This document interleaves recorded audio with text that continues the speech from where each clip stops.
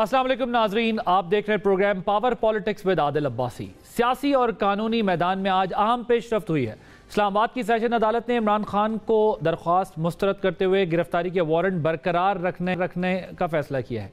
इससे पहले कल दिन भर इमरान खान की गिरफ्तारी का इशू मीडिया की जीनत बना रहा, जब इस्लामाबाद पुलिस अदालती नोटिस लेकर जमान पार्क पहुंची। कल वहां क्या हुआ और उस पर हुकूमत और PTI के मुतदाद मौक़िफ़ सामने आए हैं। अहम सवाल यह है कि क्या हुकूमत इमरान खान को गिरफ्तार करना भी चाहती है या कर नहीं पा रही है। इसके अलावा सियासी मुहाज पर वज़ीर दाखिला राना सनाउल्लाह का अहम बयान सामने आया, जिसके मुताबिक मुल्क में अमन व अमान के हालात इलेक्शन मुहिम चलाने के काबिल नहीं हैं। उन्होंने ये कहा। वज़ीर दाखिला ने अपनी ज़ाती हैसियत में मौलाना फजलुर रहमान साहब के बयान की हिमायत की है, ताहम हतमी राय के लिए PDM इजलास बुलाने का इशारा दिया है। दूसरी तरफ पीपल्स पार्टी ने इलेक्शन मामले पर हुकूमती इत्तेहाद से अलग पोजीशन ली हुई है। दिलचस्प बात यह है कि गवर्नर KPK ने इलेक्शन तारीख के लिए ECP को मुशावरत का खत लिख दिया है। सदर मुमलिकत की इमरान खान से मुलाकात भी हुई है। इमरान खान की तकारीर नशर करने पर पैमरा ने पाबंदी का जो है वो इशू अभी हमारे सामने लगा दी है, पाबंदी। इन हालात में PTI क्या सोच रही है, इस पर बात करने के लिए हमारे साथ प्रोग्राम के पहले हिस्से में मौजूद हैं फवाद चौधरी साहब, सीनियर नायब सदर पाकिस्तान तहरीक इंसाफ के सीनियर रहनुमा हैं, फॉर्मर फेडरल मिनिस्टर हैं, वो मौजूद होंगे। फवाद साहब, thank you very much for joining us. मुझे ज़रा ये बताइएगा कि ये जो पैमरा पाबंदी है, तहरीक इंसाफ ने क्या हिकमत अमली बनाई है इसके ऊपर? ये देखिए, ये हमारे से ज्यादा बड़ा मसला ये मीडिया का है अपना। हमारा तो देखिए पहले रिलायंस सोशल मीडिया के ऊपर है और हमें कोई इशू नहीं। अगर आप TV बैन करेंगे, लोग YouTube पे देखेंगे, YouTube बैन करेंगे, Facebook पे देखेंगे, Facebook बैन करेंगे, ट्विटर पे देखेंगे, ट्विटर बैन करेंगे, WhatsApp पे देखेंगे। लेकिन ये ज्यादा सिचुएशन ये है कि क्या पाकिस्तान में जो मीडिया है वो अपनी आज़ादी के लिए खड़ा होने को तैयार है या नहीं तैयार है।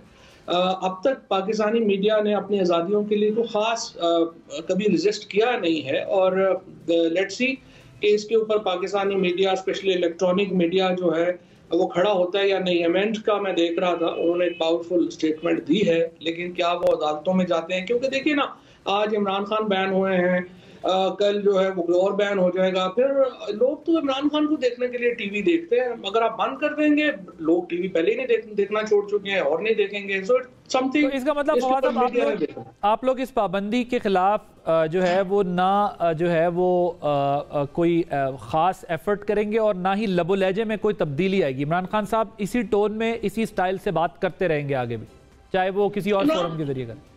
नहीं, हमने तो हाई कोर्ट में चैलेंज कर दिया है। हाई कोर्ट में सुबह लगा हुआ है, लाहौर हाई कोर्ट में। बट मैं ये कह रहा हूँ, ये प्राइमरी रिस्पॉन्सिबिलिटी मीडिया की अपनी है, अपनी आज़ादियों की हिफाजत करना। ये सियासी जमातों से ज़्यादा उनकी अपनी जिम्मेदारी है कि वो इसके ऊपर बात करें और देखें कि वो कैसे आगे चलना चाहते हैं। 3 दिन पहले इस्लामाबाद में सहाफ़ियों को जो है वो मार पड़ी, पुलिस ने उनको मारा और आज उन्होंने वफाकी वज़ीर कानून को बुला के अपने नई बॉडी ने हलफ ले लिया। सो अगर सहाफ़ियों अपने ही इज्जत के लिए सेंसिटिव नहीं है तो मैं और आप तो नहीं दे सकते। अच्छा फवाद साहब, ये बताइएगा मुझे कि मियाँ साहब पर भी पाबंदी लगी थी और आप लोगों ने उसकी हिमायत की थी और आपके दौर में ही ये सब कुछ हुआ था, गलत हुआ था या वो ठीक था? देखिए, मियाँ साहब और अल्ताफ हुसैन की जो लोग मिसाल देते हैं वो बुनियादी तौर पर मुनाफिक हैं। उसकी वजह यह है कि मियाँ साहब के ऊपर पाबंदी लगी थी कि वो कन्विक्टेड क्रिमिनल थे और वो अब भी मफरूर हैं और उनके ऊपर जो है वो चार्जेस हैं और वो वापस नहीं आ रहे हैं। अल्ताफ हुसैन, हजारों कराची वालों के उन खून से उनके हाथ रंगे हुए हैं। He is an international terrorist for us. और उनको कंपेयर करना एक पाकिस्तान के सबसे बड़े सियासी लीडर के साथ मेरा ख्याल है जाती की बात है, लेकिन ये ज्यादातर लोग मुनाफिकत के तौर पर इस्तेमाल कर रहे हैं। कल मरियम साहबा ने एक इंटरव्यू में कहा, उन्होंने कहा कि इनकी स्पीचेस पे क्या, इनकी सियासत पे पाबंदी लग जानी चाहिए और साथ ही वो ये भी कह रही हैं, उन्होंने कहा है कि देखें उनके तो चल ही नहीं रहे, हम तो कोई 3 महीने, कोई 6 महीने, कोई 1 साल, कोई 2 साल सजाएं हमें हुई हैं तो जाके जो है वो हमने जेलें भी काटी है, उनका तो केस ही नहीं चल रहा, वो तो पेश ही नहीं हो रहे, वो तो सामने ही नहीं आ रहे। तो कैसे, जरा आपको सुनवाता हूँ फिर इस पर गुफ्तगू करते। जो इंसान फितना और इंतशार को फरोग देता हो, उसकी TV अपीयरेंसेस पे नहीं, उसकी सियासत पे भी पाबंदी लगनी चाहिए। तो हम इलेक्शन से नहीं डरते, लेकिन इलेक्शन से पहले कुछ फैसले होने बाकी हैं। ये नहीं हो सकता कि एक बेगुनाह शख्स के भी आपने हाथ भी बांधे हुए हैं, आपने पाँव भी बांधे हुए हैं। जी फवाद साहब। देखिए, मुझे तो समझ नहीं आई, आपने मरियम नवाज के ये बयान आप चलाते हैं। मरियम नवाज जिंदगी में कभी काउंसलर भी इलेक्ट नहीं हुई। उनकी वो कभी उनके तमाम लोग जो इस वक्त नून लीग से ज्यादातर प्रेस कॉन्फ्रेंसेस करते हैं, उन्होंने जिंदगी में कभी इलेक्शन ही नहीं लड़ा हुआ। या वो मखसूस नशिस्तों के ऊपर आते हैं या मखसूस अहकामात के नतीजे में आते हैं। उनकी कोई पब्लिक नहीं है, स्टैंडिंग नहीं है। So is Maryam Nawaz.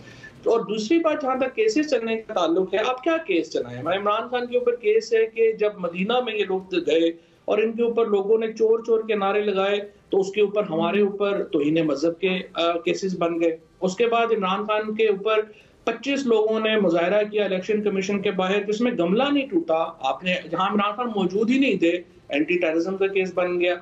ये जो 75 केसेस हैं इस वक्त इमरान खान के ऊपर, आप उठा के देखिए, वो सारे कचरा है।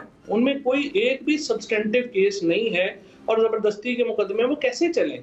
इनके ऊपर तो चोरी के और बड़े सीरियस चोरी के केस। मगर देखिए, एक तो ये है कि वो जाहिर है, ये जो इलेक्टोरल पॉलिटिक्स की बात है, ये एक जरा अलग मौजू है। लेकिन वो जाहिर है पार्टी की नाइब सदर हैं, चीफ ऑर्गेनाइजर हैं। नहीं, मतलब उनकी स्टेटमेंट तो पूरा मीडिया चलाता है ना जी। पार्टी की चीफ ऑर्गेनाइजर है ना। आधा मिनट दीजिए।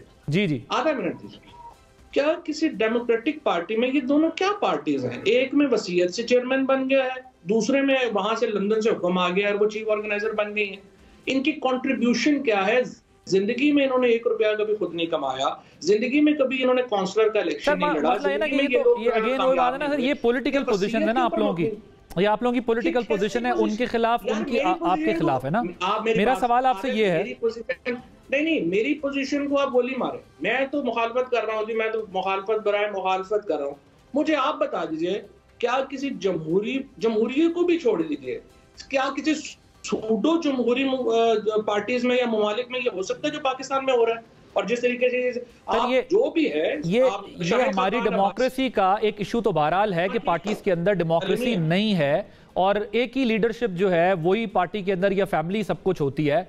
ये एक लंबी डिबेट है, क्योंकि खान साहब के बाद भी पार्टी में क्या रिप्लेसमेंट है आपकी, ये भी एक बहस होती है ना कि खान साहब ने भी अपनी रिप्लेसमेंट पार्टी में क्रिएट नहीं की हुई, या अगर डेमोक्रेसी पार्टी में हो तो फिर खान साहब की भी कोई रिप्लेसमेंट होनी चाहिए। लेकिन मैं अभी इस वक्त ये मौजूद है, बहस नहीं है। मैं जरा आपसे सिर्फ ये समझना चाह रहा हूं कि वो ये कहते हैं कि जी तोशा खाना केस में खान साहब पे फर्द जुर्म आयद होनी थी। कल उनके जो है वो जब पुलिस अरेस्ट करने आई है उन्हें, या जो कुछ भी कल हुआ है, उन्हें कहा वो उससे छुपते फिर रहे हैं, वो सामना ही नहीं कर रहे। उनको पता है कि अगर वो जाएंगे तो फर्द जुर्म आयद होगी और केस चलेगा। तो जो तगड़ा केस है उसमें आप लोग पेश नहीं हो रहे और कमजोर केसेस में जमानतें करा लेते। सही। सबसे पहली बात तो ये है कि अगर सबसे तगड़ा केस ये है कि इमरान खान ने जो घड़ी उनकी मलकियत थी वो बेच दी, तो फिर आप इससे अंदाजा लगा लें कि हमारे इन केसेस की क्या हालत है। दूसरी बात यह है, तोशा खाना केस में जो हमारा मौक़िफ़ है वो ये है कि जज साहब ने पहले फैसला करना है कि मियां वाली का एमएनए, उसका केस मियां वाली की एडिशनल सेशन जज को सुनना चाहिए या इस्लामाबाद के एडिशनल सेशन जज को सुनना चाहिए। 2.5 साल से यूसुफ रजा गिलानी साहब का केस इस बात के ऊपर आगे नहीं बढ़ रहा कि उनका केस मुल्तान में चलना चाहिए, तो इमरान खान का केस 2 महीने में आप जो है वो बहुत तेज चला रहे हैं। हाई कोर्ट में हमने उनका केस जो है वो चैलेंज कर दिया है।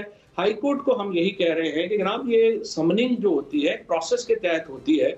इस तरह वारंट जो है वो तो नहीं इशू किए जाते जब तक आप पहले अपनी जुरिस्डिक्शन तो तय करें।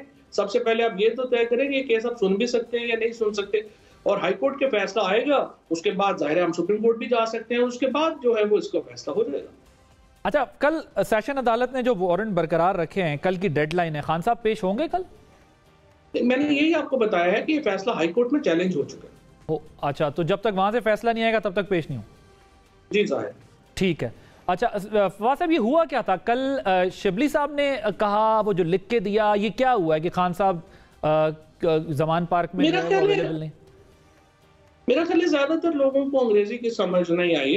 उन्होंने खुद, स्पेशली जियो वालों को तो समझ आती ही नहीं है, स्पेशली जब पीटीआई का कोई लिख के दें तो उन्होंने लिखा था कि he is not available, he was not available for meeting, तो उसको उन्होंने लिख दिया वो घर पे नहीं है। ये तो किसी ने भी नहीं कहा था, और जाहिर है कि उसके बाद सबने वहां से लाइव उनकी तकरीर भी दिखाई, but he was not available for meeting. और सिंपल बात है, उनका शेड्यूल होता है, उसी के मुताबिक मीटिंग्स होती हैं। अगर पुलिस हमें बता देती कि उन्होंने मिलना है और अपने अपॉइंटमेंट वो लिखवा देते तो यकीनन हम अपॉइंटमेंट करा के मीटिंग भी करा देते। सर, एक एतराज़ ये आ रहा है नून लीग की तरफ से भी और आपकी जो ज़ाहिर गवर्नमेंट पीडीएम के लोगों की तरफ से, वो कह रहे हैं कि देखें खुद जमानतें करा लेते हैं खान साहब, कारकुनों को सामने ढाल बनाया हुआ है जमान पार्क के, और लीडर्स भी चले गए जेल में, कारकुन भी जो है जेल से होके आ गए, अपनी बारी आती है तो वो जमानत भी करा लेते हैं और उनको ढाल बना लेते हैं।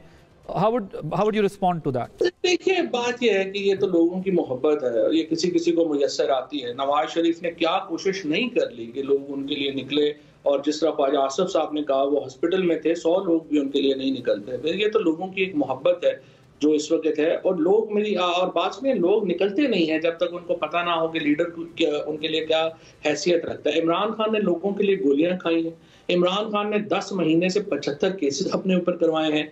कोई ऐसा मौका नहीं जहां पे इमरान खान पीछे रहे हों। वो इमरान खान को तो कत्ल करने की कोशिश हो रही है ना, ये जो सारी उन्हें अदालतों में बुला के और एक्सपोज किया जा रहा है, ये क्या हो रहा है? सिर्फ इसका मकसद इमरान खान को कत्ल करना है। और हमारे पास सॉलिड इंफॉर्मेशन पिछली दफा भी थी और इस दफा भी है, और वो मैंने जो है वो उसको हमने, गवर्नमेंट ने खुद भी हमें बताया, और हमने अपनी जो एक्सचेंज है वो हमने गवर्नमेंट को भी बताई है कि किस तरह से इमरान खान के ऊपर जो असैसिनेशन अटेम्प्ट है वो प्लान हुई है। सो अकॉर्डिंगली फिर इसको देखें। सर, ये इन्फॉर्मेशन आपसे किसने शेयर की है? एजेंसीज ने की है, कोई सरकारी इदारे ने की है, या आप लोगों ने खुद इन्वेस्टिगेट किया? कैसे आप लोगों को ये पता चला? पहले एजेंसीज ने भी जो है वो की थी, उसका भी उन्होंने कहा था, और फिर जो कुछ चूंकि एक तवील अरसा हम केपी में स्पेशली हुकूमत में रहे हैं, तो जो केपी के सोर्सेज थे उन्होंने बताया है कि उनके ऊपर कैसे असैसिनेशन अटेम्प्ट जो है वो प्लान की गई। सो ये आप पिछली हुकूमत की जो थ्रेट्स हैं वही मेंटेन कर रहे हैं कि जो आप जब पावर में थे उस वक्त की जो थ्रेट्स थी वो वही आज भी खतरा है आपके नजदीक? नहीं, ये नहीं। मौजूदा भी आपको बताया किसी ने? मौजूदा हुकूमत ने भी, IBP ने, उन्होंने भी लेटर लिखा था, स्पेशल ब्रांच ने भी लिखा था। वो तो पहले, कुछ अर्सा पहले की बात है, और ये जो लेटेस्ट इंफॉर्मेशन है ये हमने शेयर की। अच्छा फवाद साहब, जब परसों 2 दिन पहले खान साहब ने एक बात की, उन्होंने कहा कि मैं चीज़ें कुछ भुलाने को तैयार हूँ, मामलात, और आगे बढ़ने को तैयार हूँ, तो जब खान साहब ये बात कर रहे हैं तो ये ऑफर उनकी सिर्फ सियासी मुखालफिन के लिए है, या फिर इदारों के लिए है, या फिर सिर्फ किसके लिए है, मतलब सबके लिए? नहीं, हमने तो, इमरान खान ने तो कोशिश की थी कि सबके लिए बात कर रहे थे कि जब एस्टैब्लिशमेंट सियासी जमातों के साथ नहीं बैठेगी, ये जो PDM का चूचों का मरबा है, इन बेचारों के पास तो कोई इख्तियार नहीं है। ये तो आपने देखा है कि ये तो हुकूमत भी बस जो है वो किराएदार के तौर पे कर रहे हैं। तो अगर ये जब तक ये नहीं होंगे, जब तक एस्टैब्लिशमेंट इनके साथ नहीं बैठेगी, फैसले भी ये बेचारे कैसे कर सकेंगे? इनकी तो भी आपने शुरू में अपने इंट्रो में जिस तरह से कहा, आप देखिए आसिफ जरदारी की लाइन बिल्कुल और है, शहबाज शरीफ की लाइन और है। ये दोनों तो मजबूरियों की जंजीर में बंधे हुए लोग हैं, इससे ज्यादा तो नहीं कर सकते। तो आपको लगता है कि एस्टैब्लिशमेंट जब आपके साथ बातचीत करेगी तभी इनके साथ भी बातचीत का रास्ता हमवार होगा, वरना इनसे बात करना बेकार है? एस्टैब्लिशमेंट को बेसिकली तो देखें जी, मेरी जाती सोच तो ये है कि ये 3 तरफा मुज़ाकरात होने चाहिए, एस्टैब्लिशमेंट के, हुकूमत के और हमारे। उसकी वजह यह है कि ये एक स्पेस देनी पड़ेगी तीनों को एक दूसरे को। और इमरान खान ने जब ये कहा कि मैं तैयार हूँ, वो अगले दिन उनकी गिरफ्तारी के लिए पहुंच गए। तो मुझे तो समझ नहीं आती कि ये मुल्क का इतना बड़ा बहरान है, और जब इमरान खान ये बात कर रहे थे तो उसको एक्सेप्ट करने के बजाय, उस पर आगे बढ़ने के बजाय उनकी गिरफ्तारी के, फिर आज आपने देखा कि 2 नए केस एक कोयटा में कर दिया गया। सो मुझे नहीं पता कौन, एस्टैब्लिशमेंट को भी कौन बुजुर्ग महर जो है वो इस्तीफे मशवरे दे रहे हैं, और हुकूमत को भी कौन दे रहे हैं, क्योंकि कॉमन सेंस तो इनमें नजर नहीं आ रही फैसलों में अभी तक। तो फवाद साहब, ये अब हम तस्वुर करें कि जो डायलॉग की ऑफर 2 दिन पहले आप लोगों की तरफ से की गई है, वो अब पीपल्स पार्टी, PMLN सबके लिए, इनके लिए भी है कि आए बैठ के इलेक्शन का मसला हल कर लें। बिल्कुल। तो वो प्रीवियस पोजीशन नहीं है कि आप करप्ट लोगों से बात नहीं करेंगे, क्योंकि वो करप्ट तो बकौल आप लोगों के दोनों पार्टीज में है। पोजीशन ये है कि देखिए, हम करप्शन के केसेस के ऊपर, NRO के ऊपर बात नहीं करेंगे, और ना ही इनको हम ये NRO दे सकते हैं, क्योंकि देखिए हम इमरान खान कहते हैं मैं अपने ऊपर जो हमला हुआ है, जो लोगों से ज्यादतियां हुई हैं जो हमारे साथ, वो तो हम इंडिविजुअली माफ कर सकते हैं। लेकिन देखिए ना, पैसा तो मेरा या आदिल अब्बासी आपका या इमरान खान का इंडिविजुअली नहीं है, ये तो हम पाकिस्तान के अवाम का पैसा है, वो हम कैसे माफ कर सकते हैं? ये पैसे तो उन्हें देने पड़ेंगे। नैब लॉ के में जिस तरह से अमेंडमेंट करके 1100 अरब रुपया इन्होंने वापस करवा दिया, ये तो नाकाबिले कबूल है। अच्छा फवाद साहब, ये बताएं, एक मैं कायरा साहब से भी बात हो रही थी, वैसे अब बात कर रहे हैं PDM के लोगों से भी, PTI में भी। अब ज़रा ये बताएं कि क्या ये मुमकिन है कि ये अक्टूबर से पीछे आ जाएं, मिडिल वे कोई निकल आए और आप लोग अप्रैल मई से थोड़ा आगे चले जाएं और कोई जुलाई अगस्त में कंसेंसस के साथ इलेक्शन की तरफ चले जाएं, या नहीं आप लोग अप्रैल से आगे नहीं जाना चाहते? इसके लिए कॉन्स्टिट्यूशनल अमेंडमेंट चाहिए ना, कॉन्स्टिट्यूशनल अमेंडमेंट करनी पड़ेगी, क्योंकि मौजूदा एक्ट के तहत तो ये मुमकिन नहीं है। अगर आप वन टाइम कॉन्स्टिट्यूशनल अमेंडमेंट करना चाहते हैं और पार्लियामेंट का इस पे कंसेंसस होता है, ये तो सिर्फ तभी मुमकिन है। ये इलेक्शन इस तरह हम आइन को इस तरह से तो नहीं अपनी मर्जी से नहीं, वो तो आप भी तो पार्लियामान जाने की बात करें ना। आपने एक तरफ इशारा भी दिया था कुछ दिन पहले, आपने कहा था कि ठीक है अगर कोई बातचीत करे तो आइन में तरमीम भी हो सकती है, हम बैठ सकते हैं, बात हो सकती है। तो उसके लिए तो आप तैयार हैं ना कि अगर आप जाते हैं वो भी तैयार होते हैं, पार्लियामान में बैठ के मिडिल वे तलाश किया जा सकता है, वन टाइम अमेंडमेंट हो सकती है। इलेक्टोरल फ्रेमवर्क के ऊपर बातचीत करने के लिए हम तैयार हैं, और कोई भी रास्ता जो फिजिबल हो, निकल सकता हो, कर ले, लेकिन इसको डिले इसलिए नहीं किया जा सकता कि पाकिस्तान की अवाम के ऊपर एक क़यामत गुजर रही है। एक इतनी अदम इस्तेहकाम पे मबनी हुकूमत है। आप देखिए ना, आज जो हमारे करीब तरीन दोस्त ममालिक हैं वो किधर क्यों नहीं इस हुकूमत के साथ खड़े नजर आ रहे? वो इसलिए खड़े नजर नहीं आ रहे कि उनके इंटेलिजेंस इदारे उनको बताते हैं अगर आप इस हुकूमत के साथ खड़े होंगे आप पाकिस्तान के अवाम के दुश्मन समझे जाएंगे। मैं आपको बता सकता हूं कि कम से कम 2 बड़े ममालिक ने इसलिए इस हुकूमत को अभी तक साथ नहीं दिया कि उनको लग रहा है कि इतनी अनपॉपुलर हुकूमत है कि अगर हम पाकिस्तान के अवाम हमें अपना दुश्मन समझेंगे अगर हम इस हुकूमत के साथ खड़े होंगे। इसके लिए आपने एक स्ट्रेटजी बनानी है, पाकिस्तान के लोगों की मंशा के मुताबिक आगे बढ़ना होगा, लोगों के फैसलों को इज्जत देनी होगी, मजाक तो नहीं। फवाद, आज सदर मुमलिकत जब आए थे तो वो कोई पैगाम लेके आए या पैगाम लेके गए खान साहब का? फ्रैंकली मुझे तफसीलात का इल्म नहीं है, सो आई कैन नॉट कंफर्म और डिनाई। 1-on-1 मीटिंग थी और मैं चूंकि मसरूफ था इधर वकीलों के मुलाकातों में, तो 1-on-1 मीटिंग थी, मैं उसमें शरीक नहीं था। लेकिन सदर साहब की मुलाकात हुई है, 1-1.5 घंटा मुलाकात हुई है।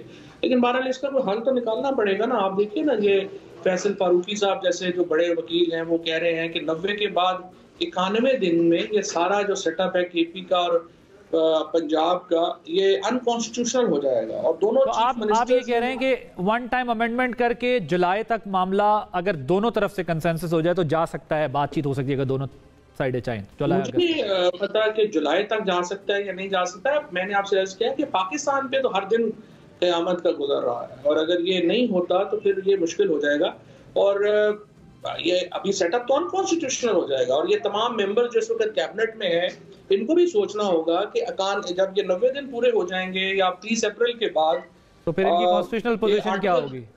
आर्टिकल 6 हिट करेगा। अच्छा, तो फवाद अब ये जो जी गो अहेड। मैं आपको एक सिर्फ ये बताना चाहता हूँ कि जो करवाने वाले हैं उनको कुछ नहीं होता, वो तो कहते हैं हमने कहा ही नहीं था, ना ही को रिकॉर्ड होता है, करने वालों को हिट होना होता है। और अगर ये जरा क्विकली ब्रीफ कमेंट कीजिएगा, I have to take a break. Then ये गवर्नर साहब से KP के मुलाकात हुई सदर मुमलिकत की, और अब इधर भी मुलाकात हुई है, कोई होप है, कोई मिडिल वे चल रहा है कोई इलेक्शन की बातचीत के लिए?